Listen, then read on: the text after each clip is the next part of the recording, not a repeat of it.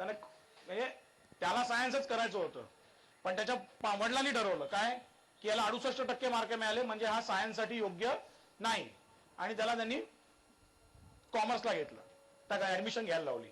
इथं मी ही जी घटना सांगतो ही सत्य घटना आहे, आणि इथं मी पालक आणि विद्यार्थी या दोघांनाही जबाबदारीची जाणीव करून देणार आहे. म्हणजे फक्त पालकांना नाही, मुलांना सुद्धा, विद्यार्थ्यांना सुद्धा.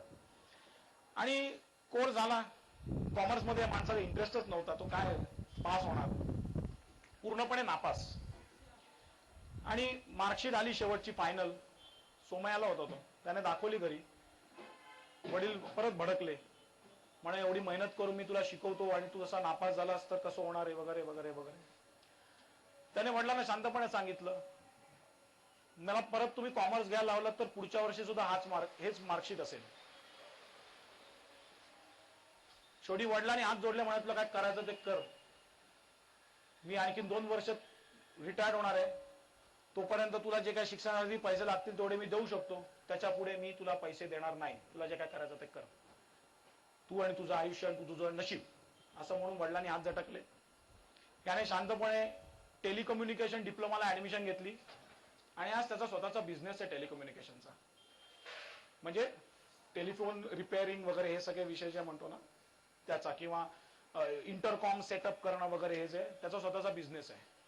आज त्याच्या वडिलांना त्याच्याविषयी नक्की आनंद आहे, समाधान आहे, पण त्यावेळेला काय होतं, ते भडकलेले होते.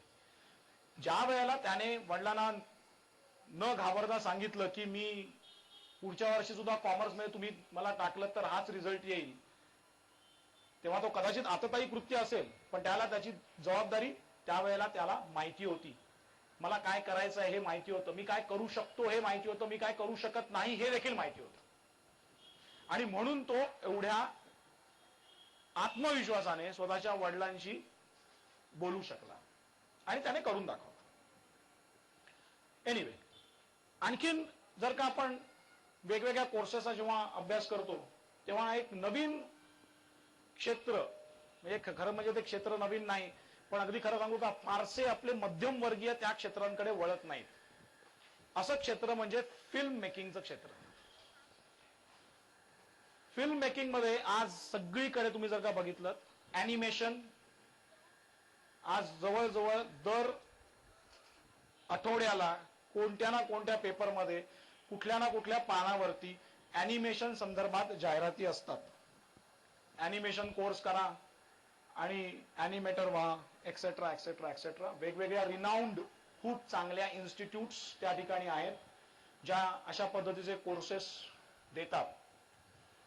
त्यामुळे एक ऍनिमेशनचा एक चांगलं नवीन क्षेत्र आपल्या समोर उपलब्ध आहे. पण इथे पुन्हा एकदा मी तुम्हा सगळ्यांना सांगू इच्छितो, या कोर्सेसची फी खूप जास्त असते. तेव्हा ही फी भरण्यापूर्वी ऍनिमेटर होण्यासाठी आपल्याकडे बेसिक क्वालिटीज आहेत का याचा विचार करा.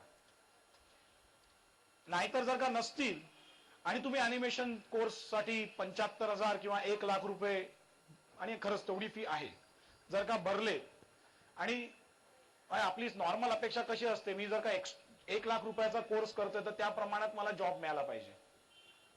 पण सगळ्या ऍनिमेटर्सना सुरुवातीच्या काळामध्ये 8,000 ते 10,000 रुपया पगाराचीच नोकरी मिळते, आणि त्यात सुद्धा जर का तुमच्याकडे जी बेसिक क्वालिटीज नसतील तर तुम्ही तेवढे सक्सेसफुल ऍनिमेटर होऊ शकत नाही. त्यामुळे हे एक चांगलं क्षेत्र आहे, खूप चांगलं क्षेत्र आहे, खूप चांगल्या इन्स्टिट्यूट्स आहेत. अर्थात या व्यासपीठावरून मी कुठलीही इन्स्टिट्यूट रेकमेंड करणार नाही की तुम्ही या इन्स्टिट्यूटला ऍडमिशन घेतली तर चांगला कोर्स मिळेल किंवा त्या इन्स्टिट्यूटला चांगला कोर्स आहे. तुम्ही स्वतः अनुभव घ्या, तिथल्या लोकांशी बोला, तिथे जे विद्यार्थी शिकतायत त्या विद्यार्थ्यांशी बोला.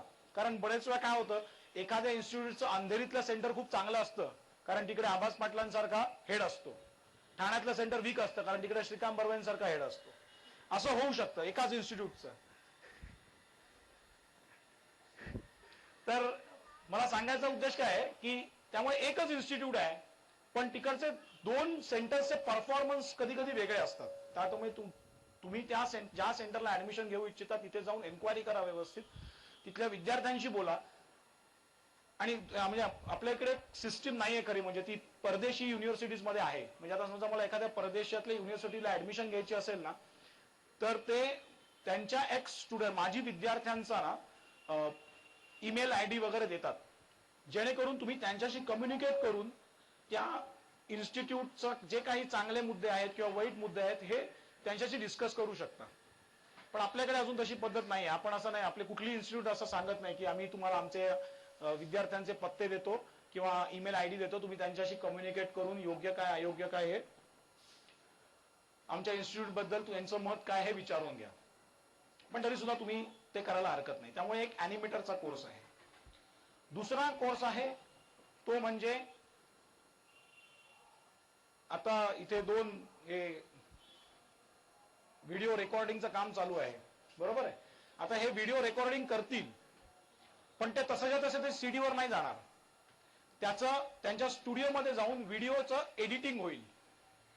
त्यामुळे व्हिडिओ एडिटिंगचे कोर्सेस आहेत जे अवेलेबल आहेत. पुन्हा मी आता जे कोर्सेस सांगतोय त्याच्यामध्ये खूप काही तुमचं चांगलं एज्युकेशनल ट्रॅक रेकॉर्ड असलाच पाहिजे, बीकॉम असलंच पाहिजे किंवा बीएससी असलंच पाहिजे असं काही आवश्यक नाही. तुम्ही नॉर्मल 12वी वगैरे असाल तरी सुद्धा तुम्ही हे कोर्सेस चांगल्या पद्धतीने करून त्या क्षेत्रामध्ये यशस्वी होऊ शकता. फक्त हे कोर्सेस जे आहेत ना, म्हणजे टेलिव्हिजन किंवा फिल्मशी रिलेटेड जेवढे कोर्सेस आहेत ना, त्या कोर्सेसना ऍक्च्युली सायंटिफिक आर्ट असं म्हटलं तरी हरकत नाही. म्हणजे सायन्स वरती बेस असलेली आर्ट. त्यामुळे त्याच्यामध्ये तुमच्याकडे आर्टकडे बघण्याचाही दृष्टिकोन असला पाहिजे आणि तुमच्याकडे सायंटिफिक डेव्हलपमेंटचाही दृष्टिकोन असला पाहिजे. असे दोन्ही दृष्टिकोन असतील तर तुम्ही फिल्म इंडस्ट्रीशी कोणत्याही कोर्सेसमध्ये यशस्वी होऊ शकता. नसतील तर तुम्ही ते डेव्हलपही करू शकता. त्यामुळे हा व्हिडिओ एडिटिंगचा एक कोर्स आहे. आणखी त्याच्या सुद्धा अनेक इन्स्टिट्यूट्स आहेत, पेपरमध्ये त्यांच्या जाहिराती येतात. पण मी पुन्हा एकदा सांगतो की हे सगळे कोर्सेस खूप एक्सपेन्सिव्ह असतात. म्हणजे आम्ही जेव्हा एक मध्ये 2 वर्षापूर्वी झुंझुनवाला कॉलेजला एक प्रोग्राम घेतला होता, त्याच्यामध्ये सगळे 8 विषय होते आहेत जे फिल्म मेकिंगशी रिलेटेड, त्याच्या सगळ्याची ओळख करून देण्याचा तो कार्यक्रम होता. आणि तेव्हा मी जेव्हा सर्व्हे केला तेव्हा मला असं कळलं की जेवढ्या इन्स्टिट्यूट आहेत त्यातल्या 40% ड्रॉपआउट असतो. म्हणजे मुलं 50,000 75,000 रुपये फी भरतात, पण त्यातला 40% ड्रॉपआउट असतो. म्हणजे 40% मुलं तो कोर्स घेऊन पुढे जातच नाही. म्हणजे फी फुकट गेली ना. मला आपण सगळे मध्यमवर्गीय आहोत, मी सुद्धा मध्यमवर्गीय माणूस आहे. आपल्या 75,000 आपण कसे कमवतो, 40,000 आपण कसे कमवतो हे आपल्याला माहिती. तर अशा स्थितीमध्ये आपण आपले पैसे इन्व्हेस्ट करायचे तर ते चांगल्या पद्धतीने योग्य पद्धतीने इन्व्हेस्ट व्हायला हवे. म्हणून मी सांगतोय की कोणत्याही इन्स्टिट्यूटमध्ये जाताना त्याचे पूर्ण बॅकग्राऊंड माहिती करून घ्या. त्या कोर्सचं पूर्ण त्यांचा कशा पद्धतीने ते लेवल जात आहेत त्याची माहिती करून घ्या. ते काय शिकवणार आहेत त्याची पूर्ण माहिती करून घ्या. तिथल्या जर का शक्य असेल तर तिथल्या काही विद्यार्थ्यांशी बोला आणि त्यानंतर तो कोर्स जॉईन करायचा की नाही ते ठरवून घ्या.